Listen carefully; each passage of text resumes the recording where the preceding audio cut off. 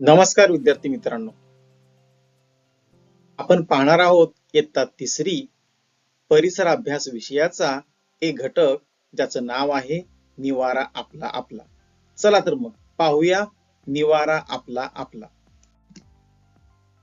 विद्यार्थी मित्रांनो, आपण सर्वजण घरामध्ये राहतो, पण आपणास या घराची गरज कशासाठी असते? कडाक्याची थंडी, सोसाट्याचा वारा, रणरणते ऊन, मुसळधार पाऊस यांचा आपल्याला त्रास होतो.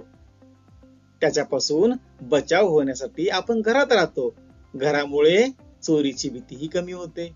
काही लोक तर जंगलाच्या अगदी खूप जवळ राहतात.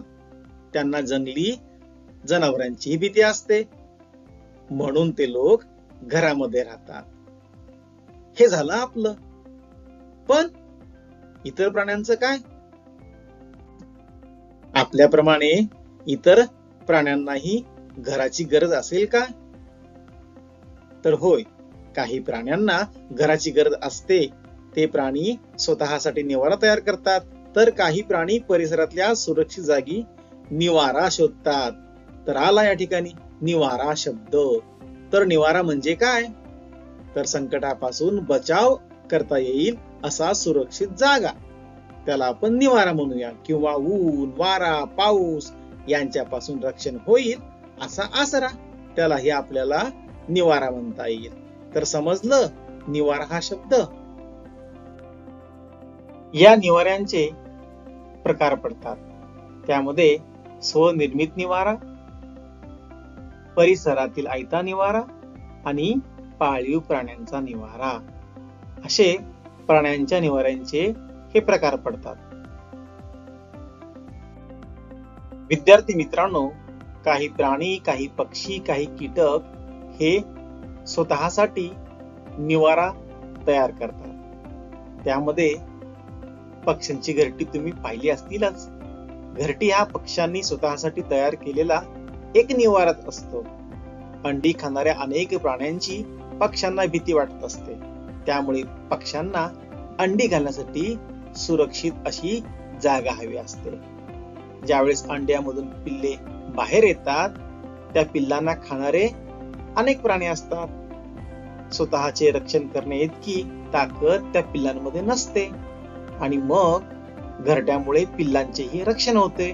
म्हणून पक्षी घरटी बांधतात. घरटे बांधण्यासाठी पक्षी गवत, काड्या यांचा वापर करतात. कापूस, दोरीचे किंवा सुतळीचे तुकडेही वापरतात. त्यामुळे घरटे आतून मऊ आणि उबदार होते.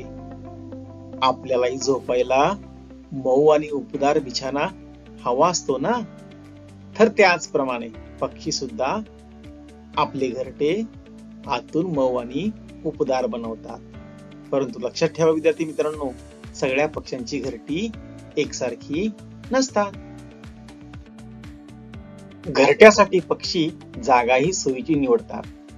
सुगरण पक्षी पहा ना, घरट्यासाठी पाण्याजवळची काटेरी झाडे पसंत करतात. झाडांच्या काही फांद्या पाण्यावर झुकलेल्या असतात. त्यातल्या उंचीवरील फांदीवर सुगरणीचे घरटे असते. अंडी खाणाऱ्या प्राण्यांना तेथे जाणे अवघड असते. आणि दुसरा शिंपी नावाचा पक्षी चिमणीपेक्षाही लहान असतो. तो घरट्यासाठी किंचित मोठी पाने असलेल्या झुडपाची निवड करतो. जवळजवळ असणारी झुडपांची पाने शिवून तो घरटी बनवतो. शिवण्यासाठी दोऱ्याच्या जागी एखादी बारीक वेल तो वापरतो. ते चिमुकले घरटे त्या छोट्या पक्षाला पुरेसे असते. आहे ना कमाल? फक्त पक्षीच नाही, तर काही लहान लहान कीटक सुद्धा त्यांचे निवारे स्वतः बनवतात. हो, स्वतः बनवतात. मधमाशा झाडावर किंवा डोंगराच्या उंच कपारीच्या छताखाली पोळी बनवलेला पण अनेक वेळेस पाहिला आहे. एवढंच काय, आपल्याला दररोज दिसणारी मुंगी सुद्धा स्वतःच घर निवारा स्वतः बनवते. मुंग्यांचं वारूळ, हो हो हो, मुंग्यांचं वारूळ ते सापाचं नसतं बरे, ते मुंग्यांनी तयार केलेलं असतं. त्याचप्रमाणे घुशी आणि उंदीर शेतात जमिनीखाली राहतात. राहण्यासाठी ते जमीन पोखरून बिळे करतात. घुशी व उंदीर माणसांच्या वस्तीतही राहतात. घरामध्येच भिंतीत किंवा जमिनीखाली बिळे करतात. पण ते बहुधा मातीने बांधलेल्या घरात निवाऱ्यासाठी येतात, कारण सिमेंटने बांधलेल्या घरात सहसा त्यांना पोखरता येत नाही, म्हणून शक्यतो ते मातीने बांधलेल्या घरात निवाऱ्यासाठी येतात, होय ना? यानंतर आपण पाहूया निवाऱ्याचा दुसरा प्रकार, म्हणजेच परिसरातील आयता निवारा शोधणारे प्राणी. तर काही प्राणी निवाऱ्यासाठी स्वतः अशी काहीच खटपट करत नाहीत. ते परिसरातीलच सोयीची जागा निवाऱ्यासाठी निवडतात. काही कबुतरे आणि पारवे जंगलात राहतात, काही उंच कड्यांच्या छोट्या छोट्या कपारीत राहतात, तर काही माणसांच्या वस्तीच्या जवळी राहतात व भिंतीतील खबदाडींमध्ये निवारा शोधतात.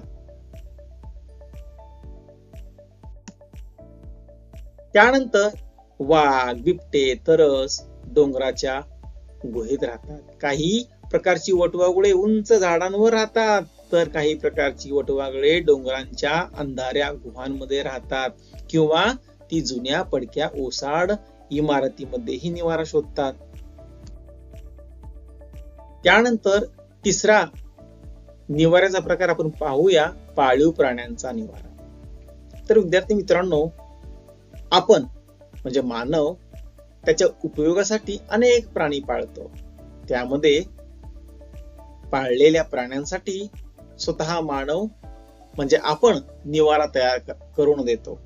त्यामध्ये कोंबड्यांची वेगळी व्यवस्था असते, गाई म्हशींची वेगळी व्यवस्था असते, घोडा असेल तर त्याची व्यवस्था वेगळी असते. तर ह्या प्रत्येकाच्या निवाऱ्याला एक वेगळा शब्द आपण दिला आहे. त्यामध्ये कोंबड्यांच्या निवाऱ्याला आपण खुराडे म्हणतो, गायीसाठी तयार करण्यात आलेल्या निवाऱ्याला आपण गोठा म्हणतो, तर घोड्याच्या निवाऱ्याला आपण तबेला म्हणतो. तर आपण या पाठातून शिकलो काय? थंडी, वारा, ऊन, पाऊस यापासून बचाव करण्यासाठी प्राण्यांना निवाऱ्याची गरज असते. काही प्राणी स्वतःचा निवारा स्वतःच तयार करतात, काही प्राणी परिसरात आयता निवारा शोधतात, काही प्राणी आपण पाळतो, पाळलेल्या प्राण्यांसाठी आपण निवारा तयार करतो. विद्यार्थी मित्रांनो, लक्षात ठेवा, हौशेकरिता प्राणी पिंजऱ्यात ठेवणे योग्य आहे का? तर नाही, प्राण्यांना नैसर्गिक परिसरात जगू द्यावे. त्यानंतर काही प्रश्नांची उत्तरे तुम्ही शोधा. शिंपी पक्षी पाने शिवण्यासाठी काय वापरतो?